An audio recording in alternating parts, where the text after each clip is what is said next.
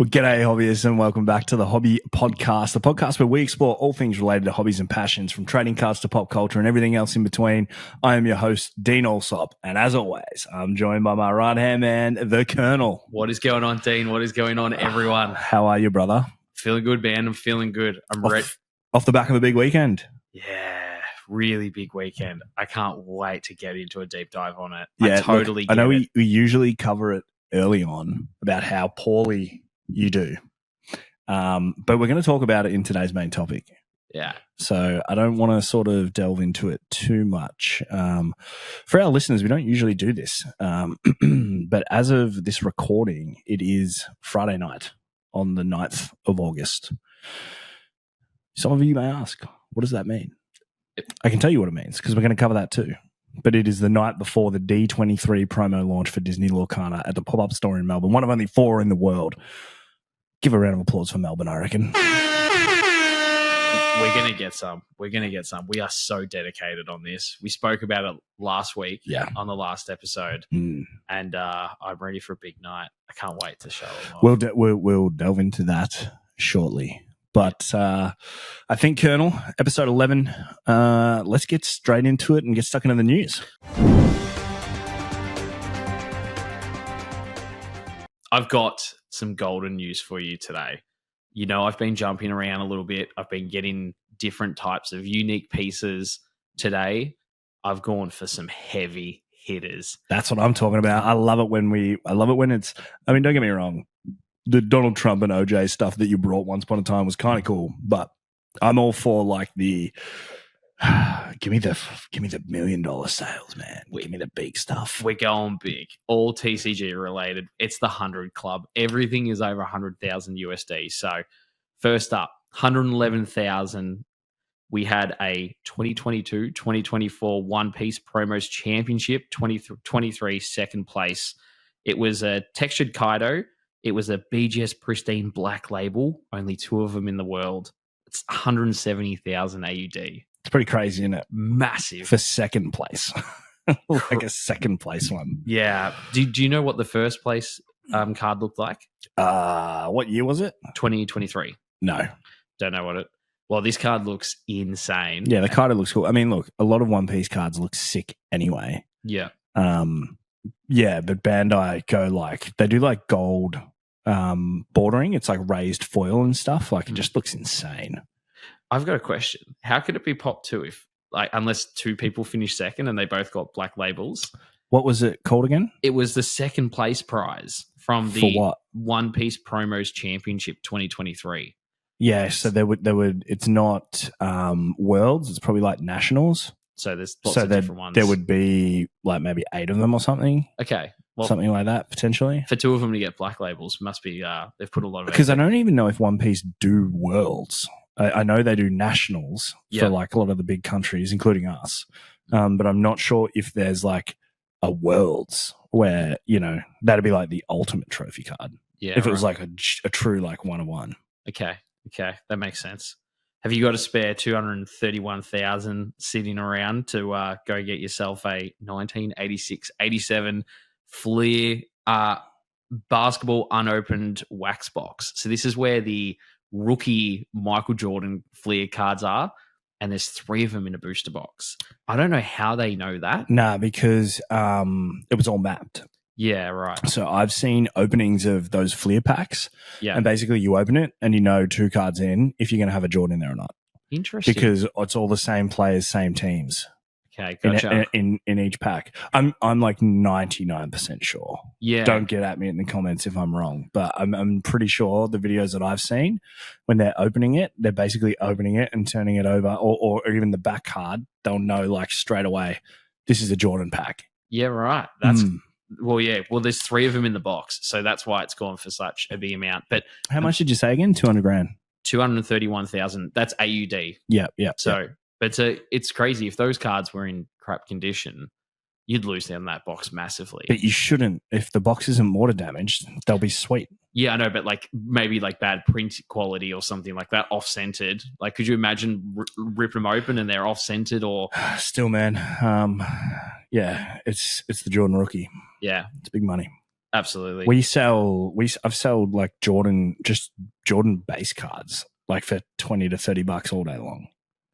The GOAT. Like he has a pull when it comes to the TCG cards, that's for sure. Yeah, I don't know if he's the GOAT. Number 3, 122,000 USD. 2022-2023 Panini Flawless Triple Logo Man. So you got Giannis Antetokounmpo, LBJ, and Kevin Durant. It's a 1 of 1. It's just PSA authenticated, so it doesn't have a grade on it, but it's still a 1 of 1. So yeah, those Logo Mans are wild, man. They're cool. They're crazy. They're so crazy. Have you ever seen one in person? Not one like that. Yeah. No, they don't really make it across the border. Yeah. or across the pond. What's that line that goes through the middle of the earth? The equator. Yeah. They don't make it across down here to the southern hemisphere. Yeah, no, man, they don't come down here. Yeah, I just could imagine opening a hobby basketball box and pulling something like that. It just, dude, you'd like, I'd probably pass out. I've got goosebumps just thinking about it. I'd probably pass out. Yeah. 150,000 USD would have bought you a 2022 Panini Eminence FIFA World Cup Optimum patch. It's a Leo Messi signed 1 of 1. Drug money for Leo Messi, man. Because he's undisputed the GOAT of football. Yeah, it's really hard to argue against it, isn't it? Like, and I am a Ronaldo fan. I've always enjoyed watching Ronaldo play. Yeah. But that's Cristiano Ronaldo. We're not talking like Brazil Ronaldo. Yeah. That was like, football's come a long way since then, to be honest. Yeah. Sorry, Brazil listeners, but we're not talking about yours. But yeah, I just think Leo's just a GOAT, man. Yeah, he's achieved everything. He's achieved everything. He's achieved everything multiple times. Mm-hmm, mm-hmm. Well, he added the World Cup to his belt. That was the biggest one. That was the biggest one that he didn't have, and probably the hardest one. Yeah, because Argentina have a couple of really good players. That French team was stacked, though. Yeah, French team was stacked. Yeah. That was a good game. We actually got up and watched that one in the early hours of the morning. I always watch the World Cup, man. Ever since the Socceroos in 2006. When we gave up the penalty against Italy. We didn't give up the penalty. We got shafted. We got absolutely robbed. But ever since back then, me and Dargsy have just been huge, like, international football fans. Yeah. So whenever the World Cup rolls around, we go hard. It's something patriotic about it. It's also Aussies. As we're actually filming this, the Olympics is on at the moment. And the Aussies are top 5 in the medal count. Nah, I think we're still third. Third? Yeah. But we're actually number 1 per capita. Yeah. Because USA and China are above us. USA has like 350 million people. China has like 1.2 billion. Yeah. And then we're down here at like 25 million. Yeah. Look at us. Little Australia. 18 golds. Yeah. Kicking ass. Smashing it. I've got one more card for you. It's 207,000 USD, which is 314,000 Australian. 1951 Bowman Willie Mays rookie card. It was a PSA 8. Man. Baseball cards, man. Yeah, those old school baseball cards, man. WTF. Like, it's just crazy, man. Like, I'm sure a lot of the listeners have probably watched Goldin, like the King of Collectibles. That's Ken Goldin. That we're referencing basically their platform. Yep. In season 2, like the baseball cards that he's looking at, like the Wagner. $25 million for this tiny little cigarette-looking card. Yeah. There's actually a video circulating of someone opening one of those boxes and they don't pull that card. But, like, could you imagine holding something that's 100 years old? Well, so the significance to that particular card, whilst Wagner was a really good baseball player, is at the time, that's because they're called cigarette cards because they used to come in cigarette packets of cigarettes. When he found out they put his card in there, he told them to stop. So they had to destroy like half of the print run. So his card is actually rarer than everybody else's because he didn't want to be associated with tobacco promotion. Wow. Dude was out of his time. Back then, you think everyone would have been like... Oh, back then there was ads like, smoke darts, get hearts. Like, smoke ciggies and you'll be massive. Like, everybody's in hospital just sitting there just pumping darts, like living the dream. He's smacking home runs and punching a dart his way around the diamond. Yeah, man. Except Robbie Wagner is like, no, sir. Not me. That's not bad. Yeah, but that is my Golden Watch for this week. That's it for Golden Watch. Crazy. I like it, man. Crazy big cards. They're my favorite ones when you bring the noise with the big boys. I really, really like that. All right, well, I want to talk about Sorcery because we are on the east. Anybody who doesn't really know, because I really want to talk about Sorcery a lot, but it's really hard because it's a TCG that was funded on Kickstarter. At the time, it broke the record. It's since been beaten, I think, by Altered. It's a beautiful sort of throwback TCG. All the art is hand painted. It really just looks like, if you ever looked at old school Magic, that's sort of like where it's inspired from. Really different kind of gameplay style. Plays a bit like chess. I still need to teach you. When Arthurian Legends comes out, we'll play a bit, and I reckon you're going to get around it. Yeah, love that. So they've only released one set. They've done an alpha and a beta print run of their original set. It's like 403 cards or something, that set. So it was big. It was decent. They've got really beautiful foils. So in their cards, all the non-foils have the normal sorcery back, and then the foils are foils on the front, and they're etched. So they've got raised lettering and stuff, like where the text box is. But then when you turn it over, it has the actual full art on the back, non-foil. Cool. So that you can actually appreciate the whole artwork of that card without the text box. It's like the only TCG that's ever done it. It's just wild. Like, they basically said, you know what? We'll suck it up so that we'll have our chase cards, our most expensive cards, don't have card branding on the back. That's cool as shit. That's pretty nuts. That's cool as shit. So something I've always loved about Sorcery. I've really enjoyed it. It's an awesome game. I was part of the Kickstarter. I've had Kickstarter product. I've had beta product. But now, finally, because like I said, so their model is to release one set a year. No. I will stand by it. I disagree with that. Yeah. That ain't going to work. What do you think? What do you think is that number? Like, is 2 sets a year enough? Because let's say... I would say 2 core sets, 2 mini sets. 2 mini sets. You don't need to pump out one every 2 or 3, every 2 months, like a massive set every 2 months like Pokemon does. Yeah. Or every 3 months like One Piece does. How often do Flesh and Blood sets come out? I think there's 4. There's 4 a year. Yeah, so every 3 months. Yeah. And that's why I think like 2 core sets and 2 mini sets is probably like the sweet number. We're about to find out anyway. Yeah. Because Arthurian Legends is their second set, and it's about to come out. And we'll put a picture of the box here because it is the most amazing sealed TCG product you've ever seen in your life. Whoa, that's a huge comment. It looks phenomenal. Okay. When did you say it comes out? October.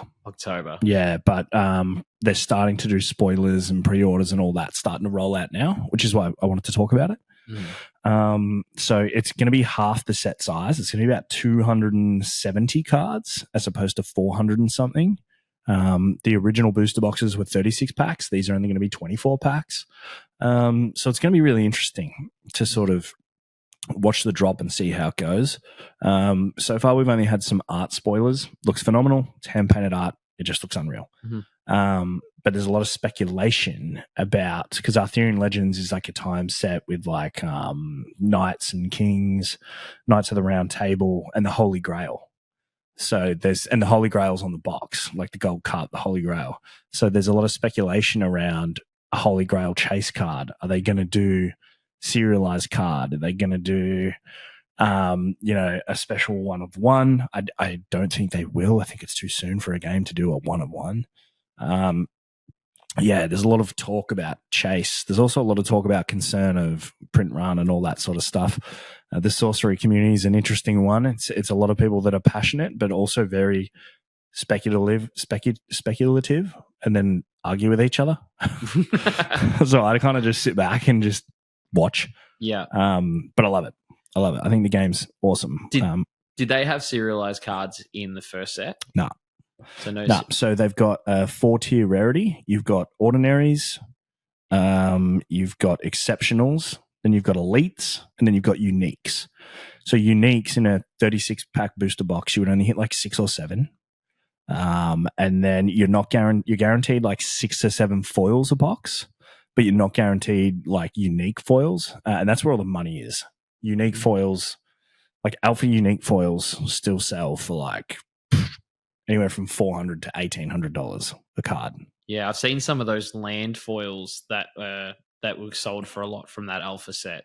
Then that artwork is absolutely insane. Yeah, there's some pretty crazy stuff, man. Is it a game that's more collectible, or is it as the play? Because I know you said it plays like chess, but with only having one set, I don't imagine a lot of people are probably playing it. More so, just collecting at the moment. There's small play communities, and we have a really good one here in Melbourne.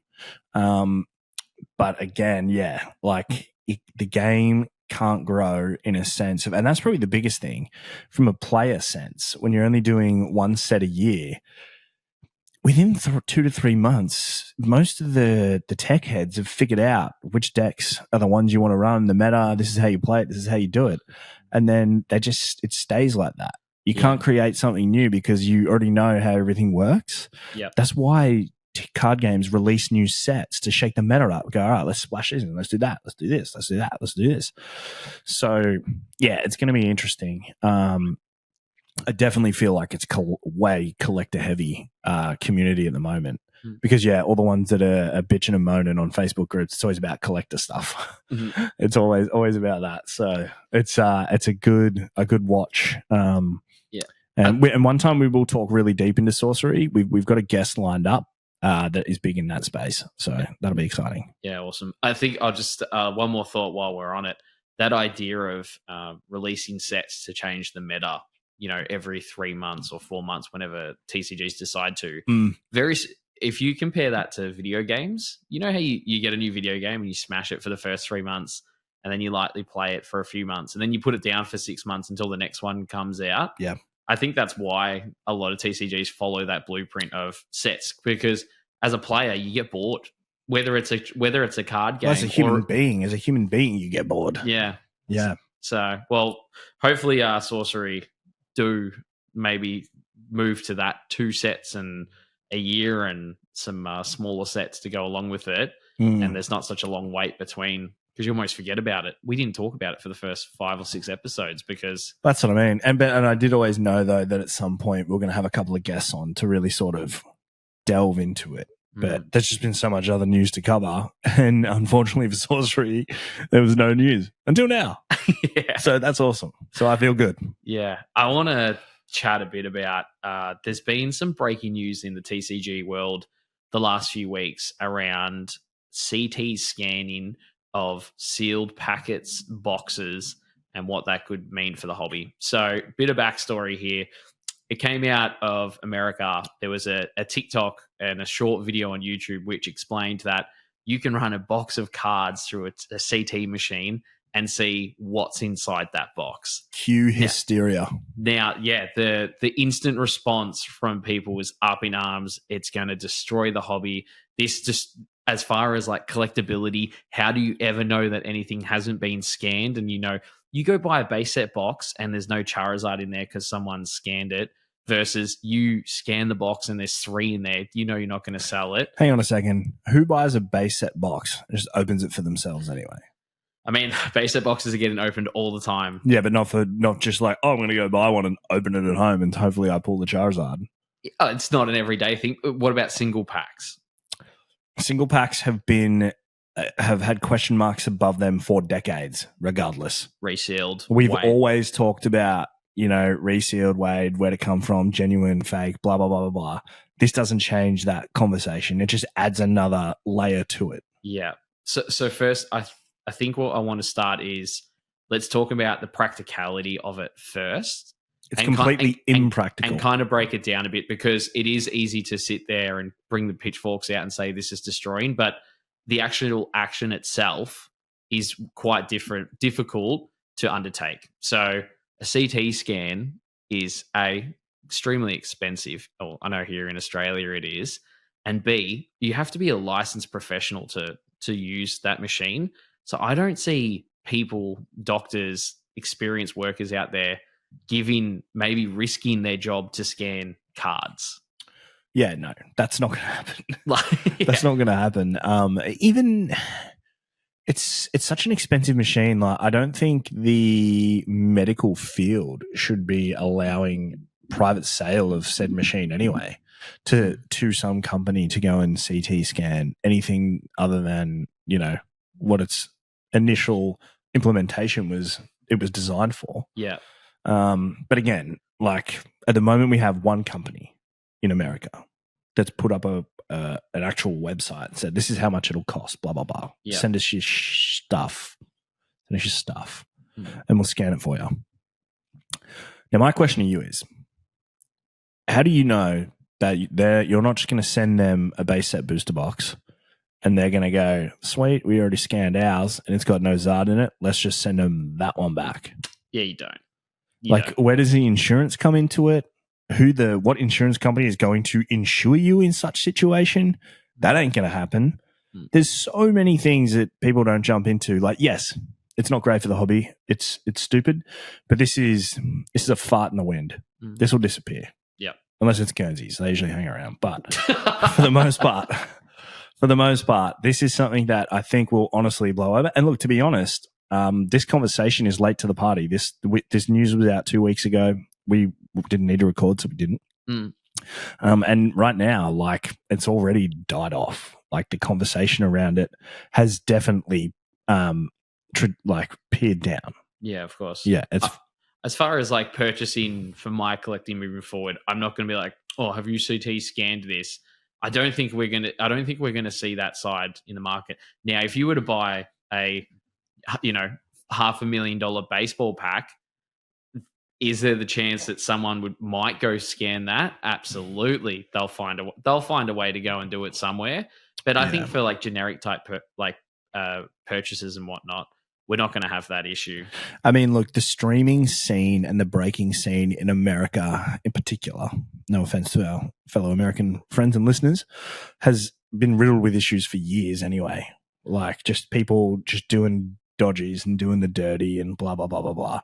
And it's always only a minute part, but it's the part that people talk about the most. And I'm sure there will be people that take advantage of it. Just have your wits about you. A bit of common sense, man. Like, you know, nobody from Australia is sending their stuff over there to get CT scanned. I'll tell you that much for free. Yeah, the price is to get it done.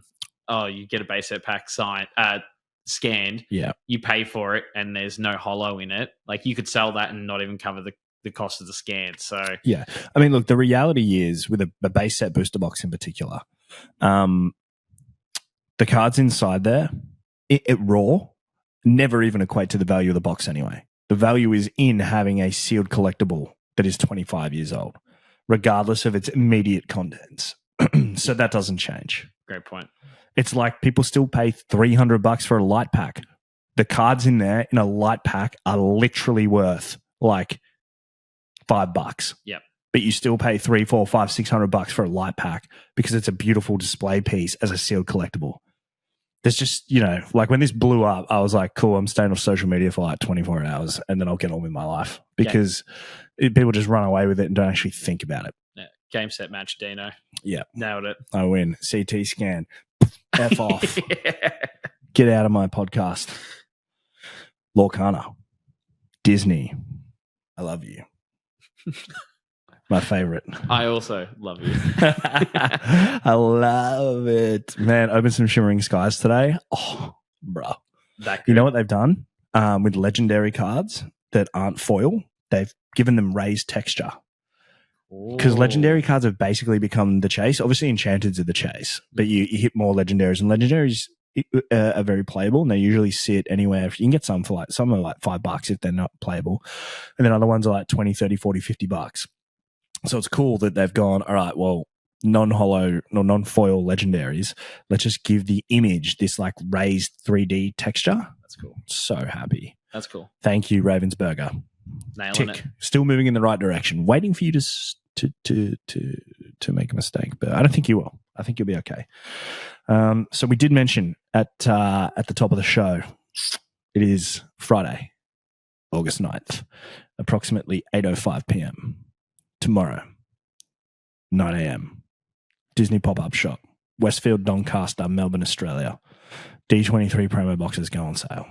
It'll be opening its doors to two of us from the hobby There's been outside for probably 7-8 hours. Well, we can tell you guys this now because by the time you see it, it would have been a week. But we're going to finish this podcast in probably an hour. So it'll be 9 p.m. on the Friday. And we're going to go to Westfield and line up outside and stay there all night. We're going to fight the elements like our friends in New York, like our friends in London. Yep. And I think Paris is the other fourth spot. Yeah, potentially, I think so. But it's a piece we have to have. We are not getting these boxes. Yeah. And I will not pay a scalper. I will not pay a scalper. So it's 2 per person, which is great because I want to open a setup so I can grade them and enjoy the cards like in my hand immediately. And then have a box sealed just for, literally display purposes. I love that. Yeah, I think that's pretty much everybody's plan that's a fan.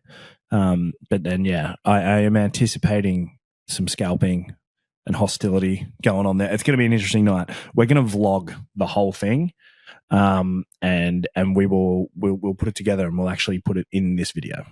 Yeah, so you guys can check it out. What time is it, Kearns? 10:51. 10:51 p.m. We're here. This is the door here. This is the queue at the moment at 10:51. Which way am I pointing? This way? That way. I can't do it. That's the queue. There it is. We are 12th in line. 12th in the queue. 12th in queue. Slightly disappointed that to learn we weren't first in the queue, but 12th is fine. We will get the 2 boxes each that we want. And so far, everyone in the queue is lovely. Oh, they've been amazing. We're making really, some really friends nice. really early. So we're going to make sure the queue stays orderly. Otherwise, you will be filmed and put on blast on this podcast. And we'll see you guys. We're going to check back in every couple of hours anyway, so you can slowly watch us get more and more delusional. We did park the car here, so if we wanted to, we could have a nap. It's in like a good little nap spot. So corner. That's it. All right, guys, we'll see you soon. It is 1:05. It's 1 a.m. We've hit 1 a.m. The queue's got to about 50 people now. But better than that, some of the boys have brought the table. Got a little one-piece tournament going on there. And then you can see the queue over there in the background. And then that's the Disney store. Straight through those doors. Right there. So, I know you all have. Yes, Dino's been on the table and lost 0-1. yes. They're very good players. So, What time is it now? Can we stand up? Can we sit down? Stay there. All right, guys. 2:45. I thought we'd chat to Rod. Rod, what time did you get here today? I got here at 2 p.m. Which means you've been today, yesterday. Yeah, yesterday. So 12 hours and 45 minutes so far you've been here. Correct. Is this your first rodeo in terms of lining up overnight for something? Definitely not. No, not my first, not my second, probably not my third or fourth either. Yeah. I do this a bit, not just for TCG stuff, but also vinyl records for Record Store Day. And So do you collect vinyl records? Yeah, I do. Sweet. Funko Pops, stuff like Pop Yep. Culture down in Geelong. I've done overnight campouts there. Yep. So yeah, definitely not my first rodeo. That's unreal. Well, I think I'm sitting at about 12th in the queue, and I got here at about 10 o'clock. Yeah. So I didn't get the number 1 spot, which is what I was gunning for. But I'm glad you have it. Thank you, mate. We're all having a good time though, right? We're all making friends. That's and it. It's great. That's it. It's been really good. But all right, I'll check back in with you guys at like, I don't know, maybe 5 a.m. before they let us in through this door. See ya. All right, guys. It is just me at the moment. It is 3 a.m. As you can see, the queue is getting bigger. I thought I would bring us over here because the Colonel is asleep in the car. Have a look at that bloke. So, weak. No sleep here. Not for me. We're going to get through this. It's going to be fine. More updates to come. 3 a.m. right now. Right, it's 3:15. I'm going to try and wake up Kenzie. Look at him. It is currently 5:18 a.m. We're almost at the point where we can go inside. This is Kearns. This is what's happening. We'll report back when we're indoors and have access to toilets and other facilities. Whew. Been a long night. Still got 3 hours of indoor line to go, but worth it. One of the guys we just met went to Macca's and brought us all lattes. What a ledge. You know what? I'm sick of this guy. He's been controlling the camera all goddamn night. It's a Kearns takeover. 6:37. It's been, 8.5 hours. We're inside now, so you can see around us is where the queue is. We, however, are right here. So right at the front. It's like 8 people in front of us, which is awesome. So, how you feeling, Kearns? I'm excited. We're at the tail end of it now. There's only a few hours left until we're home. So 2.5 hours. Get what we came to get. Check out the store as well. Obviously, have a bit of a look. We'll try and film in there if they let us. It was really calm walking in.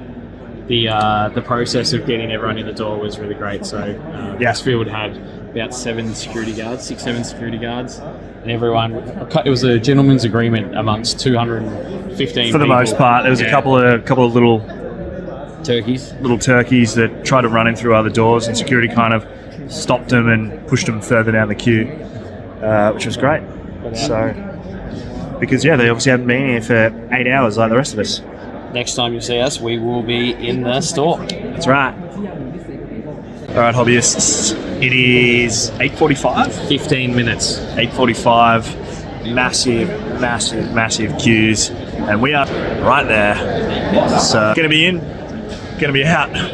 Just I don't know about you, brother. I need to go to sleep. I am tired. So we'll try and. They said we could film in there, so I'll do some filming in there, and then we'll chat to you after. Very first customer. It's not as big as you'd think, guys. Definitely come check it out, though.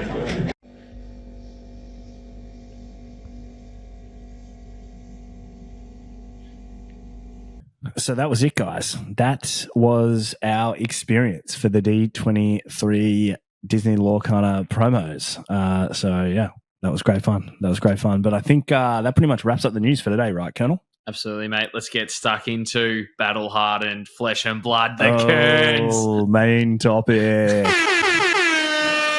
Very, very exciting. I'm proud of you. Whilst I was disappointed at my One Piece 4-5, I must say I am proud of your 3-4. 3-4. Yeah. Massive. Talk us through it, mate. And explain to everybody what Battle Hardened is, right? Because with One Piece, it's nationals, regionals, then like treasure cups and stuff, and then you got locals. So give them the breakdown so we know where on the spectrum you were. Yes. Okay, cool. So we've got nationals, which is top of the game here in Australia. And then the next tier down, you have a thing called the Calling. And there's the Calling up in Sydney in 2 weeks' time, I believe. Are you going? On the fence. Not quite sure yet. I mean, you're a 45% win-loss player now. That's true. It's worth it more now than it ever has been. And Rosetta drops. So it's like the Calling / Rosetta drop. So it is a pretty big event. You also have ProQuest Plus on that same tier as well. You then go down into Battle Hardened, which is what we had last weekend. And then you have your ProQuest, which was the tournament I've played in first about 2 months ago. And then you have your weekly armories. So very good. Battle Hardened saw players from all over the country. We had a lot of players come down from Canberra and Sydney play. So there was ended up being 96 contestants. So that's massive, man. Like for Fab. I mean, I know Fab's got a large playing community, and I've seen videos of their, like, I think the Callings, those events. They seem to be huge. Yep. Like over wherever they do them. But yeah, even for that level, because it's not even like regionals, right? Like ProQuest Plus is kind of like regionals. Yeah. What'd you say? Nationals, ProQuest. Oh, no, then Calling. Calling and ProQuest Plus, and Yeah. then Battle Hardened, then ProQuest, and then... Yeah, you so have your weekly Battle honours. Hardened is like One Piece's Treasure Cup. Okay. Same. Yeah. Yeah, so 96 players from all over the country. I had this idea going into it that I would get lots of games in the week prior. So I wanted to play Monday night, Tuesday night, Wednesday, and also the Friday night. Got sent over to South Australia for work before, so I didn't play any games leading up to it. And I was so disappointed because I'm not going to lie, I've had one eye on beating your record the whole time after all the shit that we've been talking. But also, like, I've been fortunate enough to play with the best of the best here in the country week in, week out, because that's what the Melbourne player base is. Yeah. It is so strong. And whether you rock down on a Sunday or a Monday night, you're playing against national champions, battle hardened champions. They're all right here in Melbourne. Listen to him trying to, excuse why he loses all the time. Oh, no, not at all. Not at all. Shout out to all of them for like taking on a game and shout out to the me homies. Do the homies watch the potty? Yeah, there's a few of them that do. A few of them definitely do, yeah. Try and, boys, if you're watching the Fab Boys, give us a call. Give us ask some more flesh and blood questions. Let's put the Colonel to the test. Oh, I like that. Ring in and hit us with some stuff. I like that. So the night before, I got in a few games on the online client on Talisha just to get the cobwebs out. I rock in first thing. I go up against Cody, one of the friends down here. He's playing the character Nu, which is not a great matchup for me. My first game, we're at the very end of the table. So half of my like dice and things are all on the floor. So I've got to like bend down to pick those things up. It was like really quite compact. Come on, guys, give the boys some more room. Absolutely. So we're locked into a battle. He ends up playing a Siren's Call card, which I have to discard a card that I can't use. And that was probably 2 hands before the end. And can you take mulligans in Flesh and Blood? Like when you draw your original hand? No. Okay, see, that's not as bad. Because like say in One Piece, you draw your first hand, and if it sucks, you can take a mulligan. Yeah. So let's say I don't take a mulligan. Yeah. And you're in that same situation. Your opponent will be like, all right, well, he must have something decent because he didn't mulligan. Take a card from hand. Yeah. Because there's cards like that in One Piece, and it's brutal if they hit what I think you're about to say. Yeah, and I had a bunch of might tokens, which is +1 damage, loaded up for my next attack, which I ended up not being able to play because he took that card. Yeah. And he ended up winning. It felt like he was in control in the back half of it, but it was still like a really close game. So I started 0-1, and just similar to your One Piece, the message straight out to you, 0-1, no good. Except my message was 1-0. I won my first game. You did win. You did. Yeah. So then second... I think I did a good job of pumping you up all day. You did. Yeah, it was one of those things. I was so locked in. You guys would be surprised. Usually I sit there and give Kernsey shit because I love him like a brother. That's just our relationship. But that day I was like, nah, my boy ain't coming home without some wins. Yeah. And every time you messaged me, I was like, you got this. You can do this. Yeah. Fuck it. Scrub it off. Don't worry about it. Yeah. Next one, reset, new game, new opponent. Yeah. So there's 3 heroes I really want to avoid in the tournament, and Nu is one of them. So I got that up first, and I was like, oh shit. Second match, I get matched against a Leviah, and now I've versed Leviah many times before. It's not one of the new heroes. I'm licking my lips, going, oh great, I know how to play this game. And we opened up. Let's say a game goes from anywhere from like 30 to 55 minutes. This game opened up. We were both on 40 health. Both dropped below 20 within about 3 minutes. It was just absolute chaos. And by then the boulder had started moving, and it was too late. That's not my game style. Ended up just losing that game, but played it wrong. 0-2. 0-2, played it wrong. Third match, go up against Spencer, one of my mates. He's also playing Leviah. Great. I've learned what's gone wrong here. He's also 0-2. And he goes, he's got his boots are called scabbies. And you roll a dice, and whatever the dice roll is, you get half that amount of action points. If you roll a 1, you end your turn. So it's a massive risk because you could roll a 1 and you just skip a turn, right? Is it just like a D6? Yeah. Just a 6-sided die? 6-sided die, yeah. And he sits there, and he's also 0-2. And he's like, I've got to take some risks here because I've started 0-2. and he just rolled like a 5, a 4, a 6, a 5, 0-3. Not even close. Like, I'm going to tell you. At that point in the day, I was like, what, 3 hours or 4 hours into like the third day of a business conference. Yeah. And I'm sitting there trying to learn and educate myself. And I'm like, like, come on, Kurtz. Come on. Man, it was turn this ship around. Yeah, but it was funny enough, like my mindset after 3 games was 2 games I played okay and I was kind of in with. But that third game, like no matter what I could have done, no chance. I don't think a single gold main player in the world would have been able to get up in that. You know, it's the dice That's the roll. way the game goes sometimes. Of course. So that one I was like, oh shit, not feeling too crash hot. And then game 4 rocks around and I versed an Enigma, which is like the one I don't want to verse. I don't want to touch Enigma. Enigma is my worst matchup. Well, that stage then I go, I lose, played a pretty good game. Like I played probably my best game against Enigma, but still like wasn't really in the contest as much. Lost it, gutted. I'm like, okay, there's 3 rounds left. I originally started the day. So at that point, you are 0-4. I'm 0-4. A lot of blokes at that point, mate, fold up the lawn chair, grab their backpack, and like, Uru coppers, I am out of here. I'm going to go get on with my life now. Yeah, I am. This is not happening. And I actually went for a walk because the game was over. That's right. Yeah, I remember you told me you're like, it's lunchtime. I'm going to go clear my head. I'm like, good. Yeah, I went for a 20-minute walk. I got a croissant. I got a tea. I came back. I was like, okay, I wanted to start the day 2-5. That was my kind of like pass mark. Like if I could do that at my first battle Hardened, I'd be really happy. Just more than 1 win. Yep. And all I wanted you to get was 1 win. Yeah. Because usually your wins are bye wins. And I had 3 games left. I'm like, okay, I'm still got this now. And the way the matchmaking works is really great. Like a 5-1 isn't going to verse, or like a 4-0 isn't going to verse a 0-4. You kind of get matched with people around your same kind of level. So I went up against an Azalea, which is one of the heroes I wanted to avoid.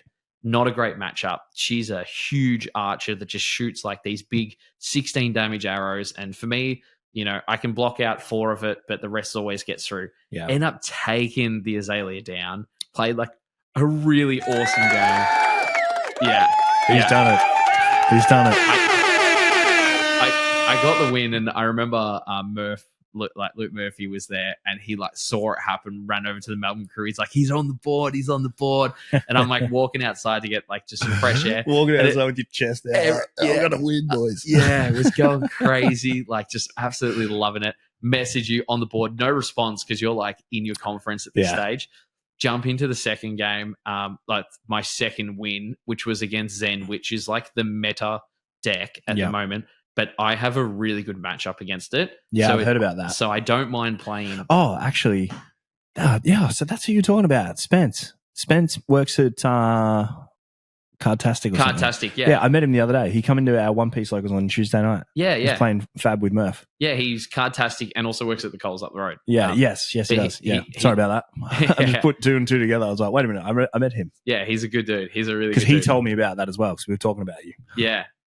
So I went up and versed Zen, and it was a guy from Sydney, lovely guy, never met before, just like has played Flesh and Blood for almost 3 years now, just like loves the game. And we were sitting there playing, having like a really good exchange. It was so close. And I was able to draw a card off a clash of showing like more damage than his. And drawing a card blocked him out, and then I was able to use like my best card for like the killing blow, and it ended up coming in for 16 damage over power. Get him. That was crazy, but it was so up the kernel. Yeah, so we moved to 2-4, and by that stage, I'm like, oh, I've already done it. Like this last game, there's no pressure on. I can go in and do whatever I want, and I ended up going up against a hero called Riptide, which is like my best matchup.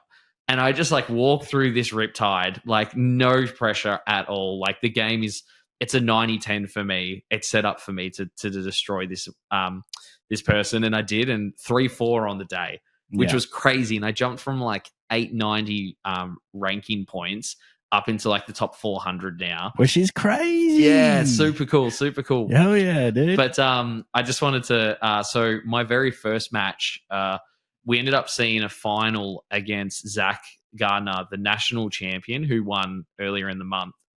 Earlier in the year, like a month ago.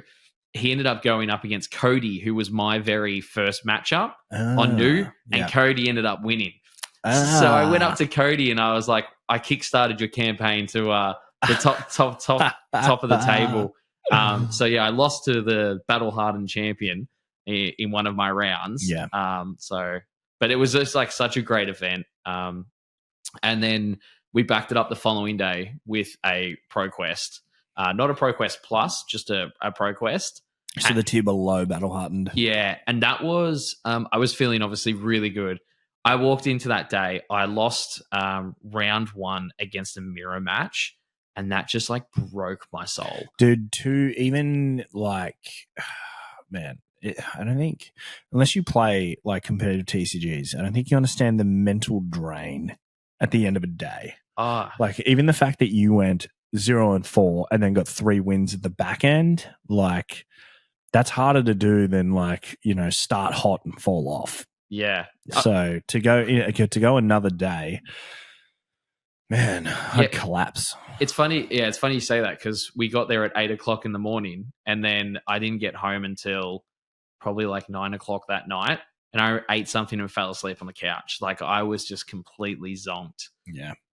It did take a lot out of it, and Flesh and Blood is a very mathematical game. It's not just attack and defend. You really have to math out, and I don't know how to pitch stack yet, but a lot of people I play with, like they memorize their pitch stack, so they know exactly what's coming mid game. Yeah, and then you've got to compete with that, and if you're not doing that, you just fall a step behind. Yeah. So, but on the second day, I walk in, I versed 2 mirror matches. So I play 3 games. Oh, trigger! And God. I remember I lost 3 mirror matches. Yeah, and at my One Piece regionals. So the word mirror match now, I'm just like, get me out of here. Yeah, I lost both my mirror matches, and it just hit differently. Yeah. I don't mind losing in Flesh and Blood, and I don't mind learning, obviously. And I had fun. But when you lose to someone that's using the same hero, you feel like you've been outplayed. Dude, that's what happened to me. Yeah. I told you the first mirror match I had at the regionals, at my regionals, I sat down and I didn't know what to do because it was the one thing I didn't practice. I lost in like 7 minutes and it just rattled me. Yeah, it's really, really bad. I also had an official warning that day. I accidentally drew a card on one of my hands. So instead of having 4, I had 5. And it was just because I'd put the other card down to like sort out my my pile to make it neat. And we called the judge over, and that rattled me for a good 3 or 4 hands. I was sitting there like, I got really lucky then. Like I didn't do it intentionally. Yeah. But just little mistakes like that, they take a while to kind of bounce back. But it's the game, man. Yeah. But the great thing was like I said, I had a total of 4 games I could play on the Sunday. There was 7 rounds again, but I could only commit to 4. Yeah. And in the 4th game, I got given the bye. So I technically got a win on paper, jumped another 50 spots in the rankings. And it was 1-3 on the Sunday, but I didn't get a win. Yeah. But yeah, it was such an amazing event. Congratulations, man. Welcome to not the winner's circle, but the not loser circle. Yeah. Welcome to the dull men's club, the mids. Welcome to the mids. I appreciate it, man. Yeah. A shout out to everyone that I've versed and everyone that's kind of helped on the way. I'm having a ball. So it's a foundation that's laid for now future tournaments. Maybe not Sydney. It's a bit I wonder early. if I should learn just to kick your ass. I think you'd love it. I think you'd love the No, process. I think I like our dynamic. I'll play One Piece, you play Fab, and then I'll teach you Sorcery and we'll play that together. Yeah. Because we both like chess, but you're too good at chess. You beat me at chess. I do love a good bit of chess. And then when Tia comes over here to Australia, we'll smack her in Disney. Well, yeah, I've already teed up a deck. I've already made the decision to go competitively now into Lorcana as well. Oh, nice. Okay. Yeah. You got to let me know these things. I can't get left behind. Nah, I don't want you to drag me down. Brutal. That's enough for me, though. Let's hear from our hobby heroes, Dino. Absolutely. Let's go to the hobby heroes.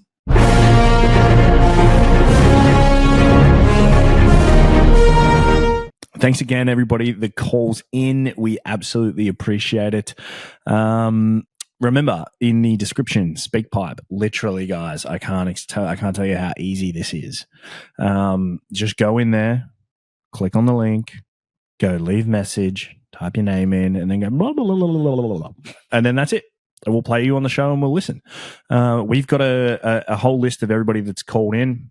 We've made the executive decision that on episode 21, we're going to do a huge giveaway for everybody that's called in. So if you haven't called in and you want to get involved, trust me, don't miss that. But more importantly, let's go to today's first caller.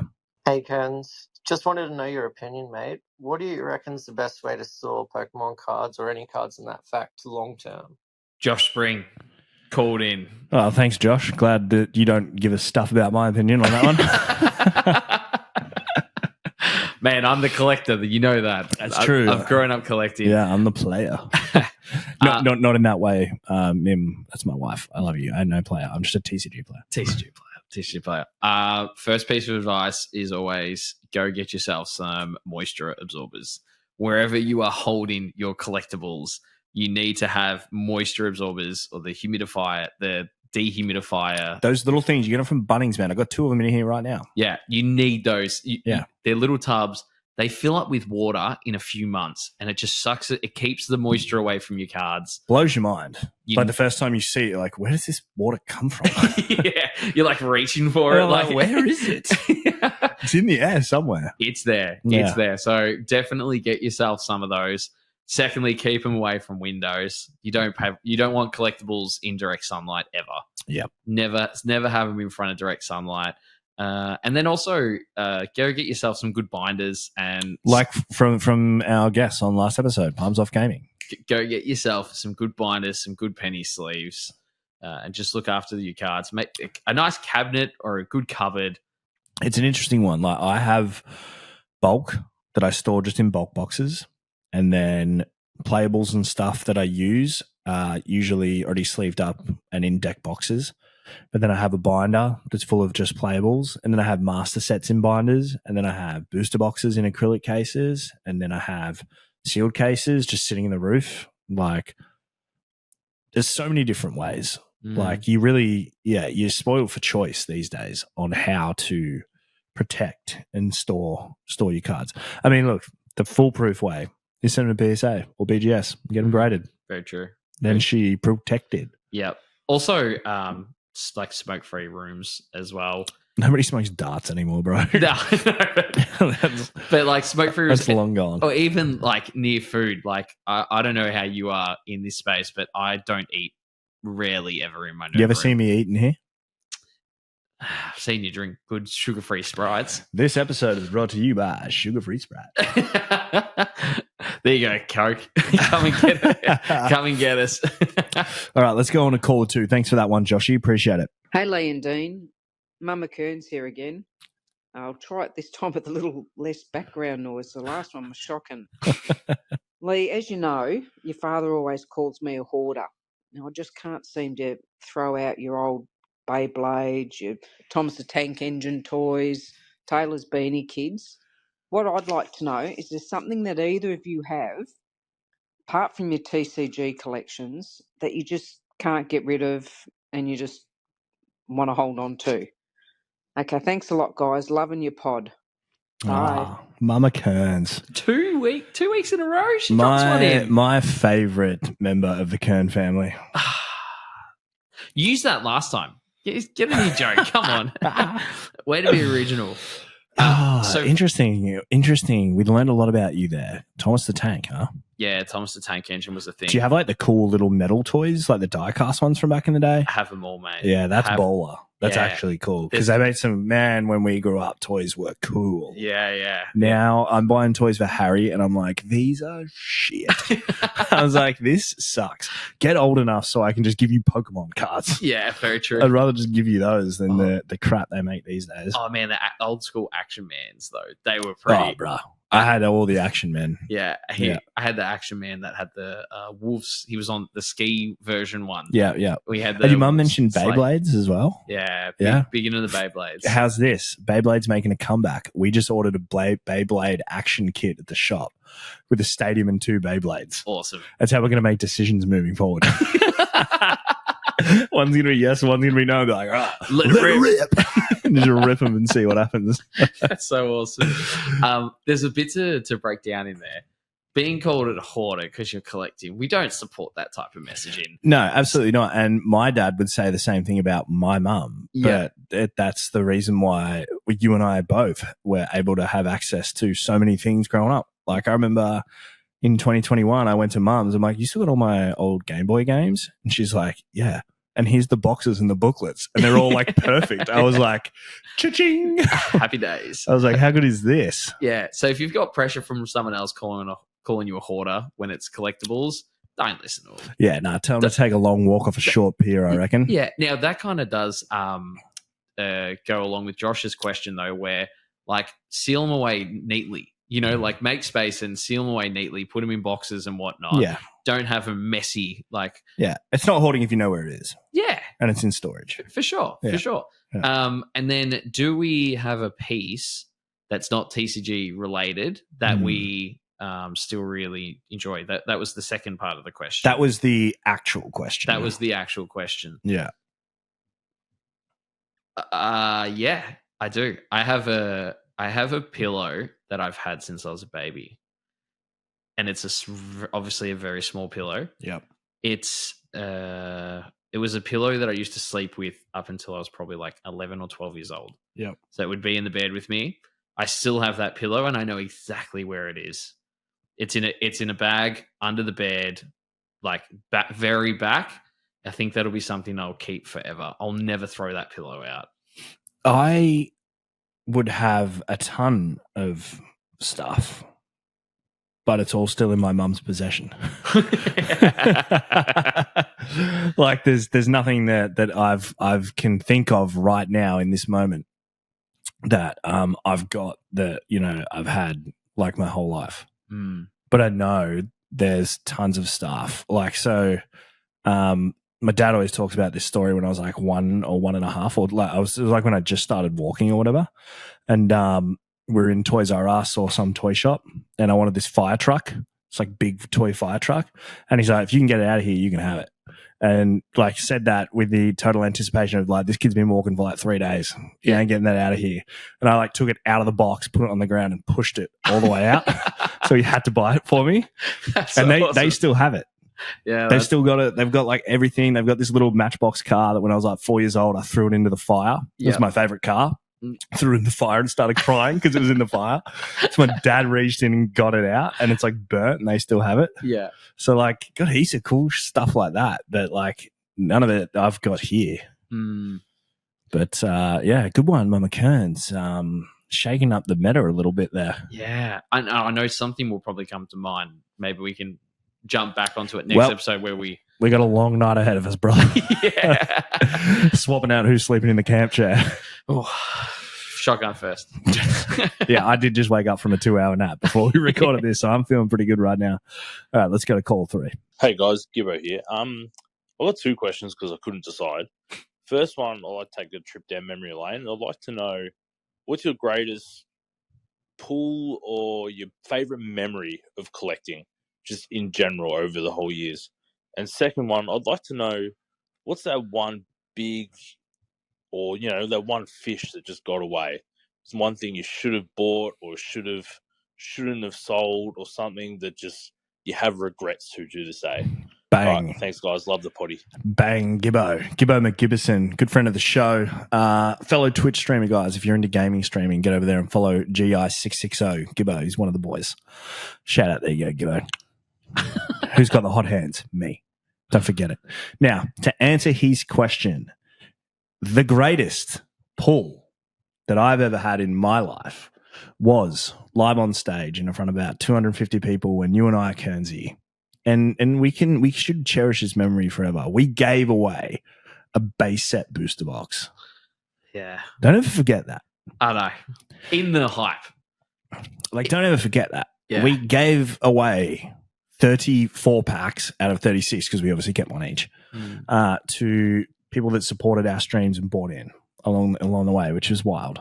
But in doing that, I obviously hot hands king better than Kenzie. I pulled a base set holo Charizard for Gibbo, who asked that question. I pulled it for him. It's very... The place erupted. Like, everybody was getting around like the holo hits and stuff. But, you know, when the Zard came out, Gibbo was standing on my shoulder. I slid the card up and I saw the number. I'm like... and I just like froze and everybody else was like... It was just insane. Like, and then we had Mitsuhiro Arita, the artist of that card, happened to be in the same building as when at the event when we opened that box up. So that Zard went and got signed for free. Yeah. And I've told Gibbo before, I'm like, you ever sell it? You're not selling it. You just give it back to me because technically it's mine. Because it was our booster box, and I opened the pack and pulled it and gave you the card. So you got to give it back to me. I don't think it works like that at all. Oh, we'll see about that. And then part 2 of that question, huge regret, massive, but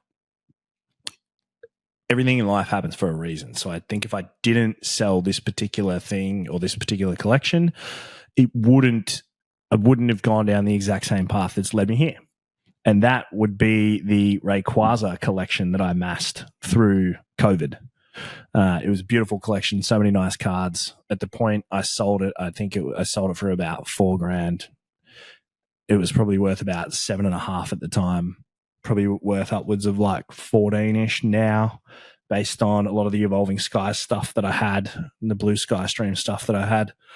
And I don't regret it from a financial aspect. I regret it because that was part of like my journey back into the hobby.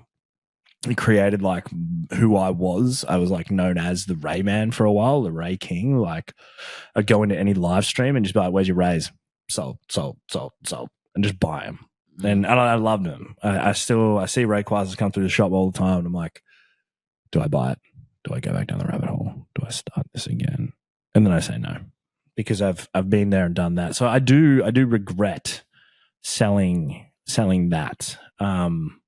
That's probably the one. Yeah. What about you? I'm going to say I've been very fortunate to have lots of really, really awesome openings. We had... No, you haven't. You got cold hands and you don't pull JS. You wait. I've pulled the Japanese Moonbryon. For Gibbo. In a box that was a loaded question by Gibbo. He's like, "Oh, these boys pulled me all the heat. This is going to be perfect." Yeah, I know for sure. We had the stream night where we pulled 2 English Moonbryons and a English Rayquaza, which was also a really special night. But easily my favorite hit of all time. I still think a base set Charizard, before you hit us with that, beats all that modern poop anyway. Yeah, for sure. But yeah, I saw the look on your face when I pulled this up. Oh, it was crazy. No, it was like where you're like, oh, why didn't I get to do that? I'd been able to open a bunch when I was younger, but this guy. The favorite pull of all time is one that is not documented in front of any cameras. We were sitting there, embarked on our journey of Metazoo. I forgot about that. We were sitting there. Seance had just released. Yeah. We were cracking through a bunch of blisters that we had. No, it was theme decks. Bunch of theme decks that we had. And these are taking up space. Let's get rid of them. Yeah. And I opened up one, and there was that tiny little number in the bottom left-hand corner. Mm-hmm. And I went, oh my God. And I started running around. You threw the bulk in the air. And ran around the room. Almost knocked the bottle of wine over that we were drinking. Yeah. And just like, and I was like, what just happened? Yeah. And your thought was, oh, he's pulled the aura. It was, the possessed aura. The possessed aura. And I come back and show you the numbered card, and we just hug it. We're dancing. We're going nuts. Embrace. And then about 7 minutes later, you crack into one and you're, oh my God, I've done it. And you're running around and we're hugging, and we got a photo of that I love that photo. that night, and it was just like us. The at elation line, on our face in that photo is just like genuine happiness. numbered MetaZoo cards that is easily my favorite like memory. Yeah, worth absolute squat. But the memory attached to that, yeah, is one I'll never forget. yeah. I forgot about that. And then when it comes to selling regrets, there's two. One of them I was really young, and I think I've told you before. I had my red and my blue version from a Pokemon, and I traded him to a kid for like 3 or 4 games. And I remember him being like, "Oh, I'm trading you more, so it's kind of fair." And I was like, "Oh yeah, that makes sense." And I got it was fair at that point in time. I got like Donkey Kong, and I got some other ones. A golf one I think was in there, but that was a huge regret because I can never get those back now, obviously. And my other one was coming back into the hobby I've spoken about before as well. My Team Rocket first edition Dark Charizard. I sold it for $900 raw, and it was I'm going to sell all my cards and buy a house. This is the best thing ever. And then a week later, I messaged the person and said, "Can I buy this back? I've made a mistake. I don't want to sell any of my cards." And he'd already sold it on. So, well, that's what I would say, even if I didn't. Somebody hit me on and go, "Oh, can I buy the back?" Sorry, man, I already sold it. Yeah. And I could never imagine doing that now. But I remember that. That is definitely my number one regret. It's part of the game. There's nobody in our industry or in our hobby, in any of you hobbyists, that probably hasn't had. It's a great question by Gibbo. We've all probably got memories of really good pulls, and we've all probably got regrets of something that we wish we didn't sell. So thank you, Gibbo McGibbison, for that one. Thank you, Josh, Mama Kearns, and Mum. Gibbo. Thanks, Mum. Thanks, Mum. Let's get into the hobby rumble.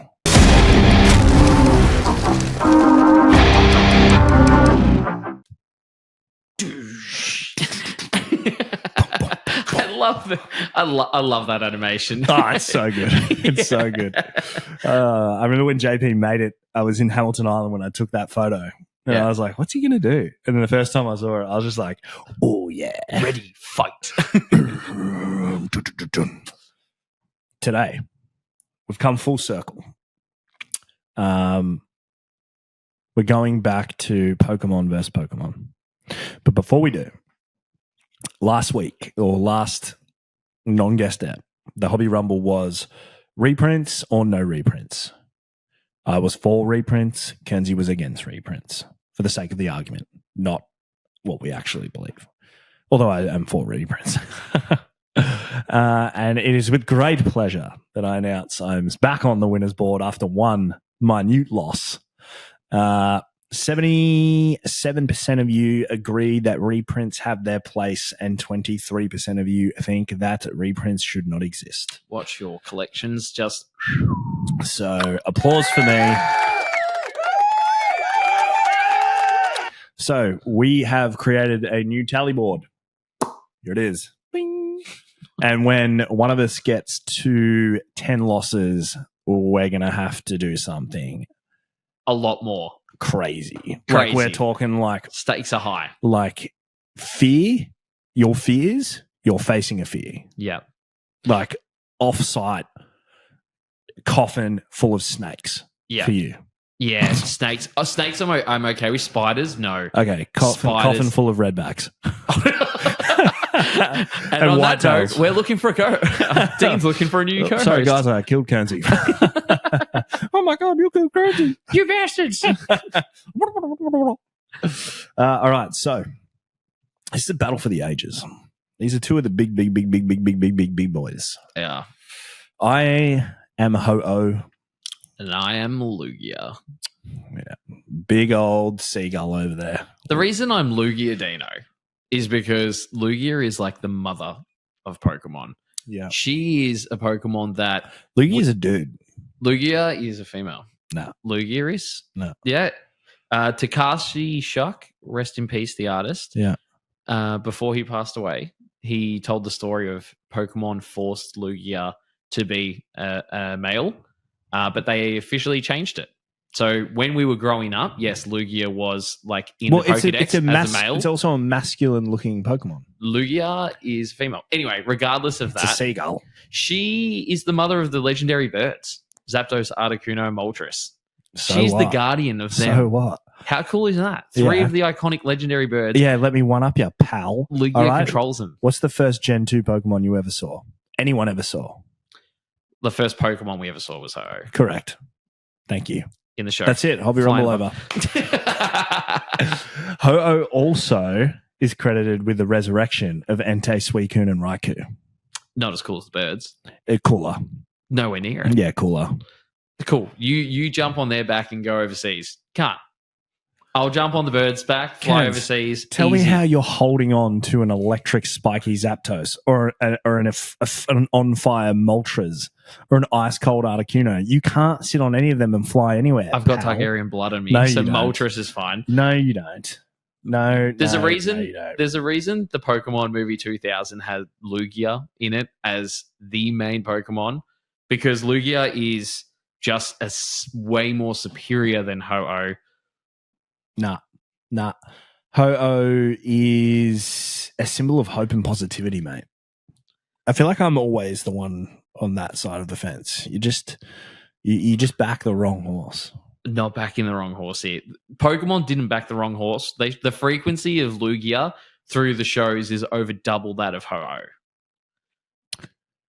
In Pokemon lore, Ho-Oh is meant to be the guardian of not just Pokemon, but a global protector. That's why you can see its rainbow-colored wings from anywhere in the planet.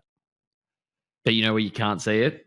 Anywhere over the ocean. Lugia is the guardian of the sea. Oh, The so you've guardian got a of the skies. massive seagull-looking bird You that can't lives just in keep the calling ocean. it a seagull. What a seagull Can sound you like? talk to? Can you? That's not bad. I'll give you that. I'll give you props on that. If I was to sit there and talk with Lugia, I'd be able to telepathically talk to Lugia and understand. You can't do that with Ho-Oh.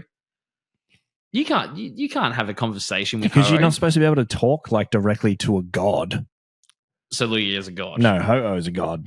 That's why you can't have a convo with it. Its mystery, its rarity, its elusive nature, all these things enhance it actually being so legendary, like the true legendary Pokemon. I mean, the fact that you've got these Pokemon in threes here, there, and everywhere, but then in the first season of Pokemon, you see it's episode 1, isn't it? Yeah, it's Literally the first Pokemon that you actually see in the show. when he's walking to Oaks. I'm fairly sure. Yeah. Yeah. Is Ho-Oh. Yeah. Game over. You also see Rhydon. Or not Rhydon. You see a Gen 2, not Rhydon. Oh, Donphan. Donphan. You Yeah, also you see do. Donphan as well. Yeah. Yeah. So look, we could sit here and back and forward all day, all night, but I want to see what the people think. Are you guys simps and going for Lugia? Or are you actual fans and going for Ho-Oh? Neo Genesis Lugia all day, baby. Ho-Oh, baby. Ho-Oh's got some of the best cards, dude. Some of the best.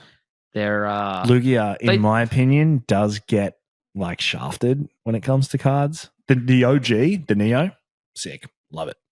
Yeah. But beyond that, there's not like great Lugia cards. Whereas when you dip into like that XY sort of era, Ho-Oh, bro.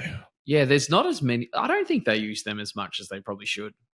I reckon they should use both of them more in card sets. It's one of those things now. It's become evident, and this is like there's like talk about this Team Rocket set that's coming out next year, and everybody's like, God, I hope they do well, do this and do that, and blah blah blah.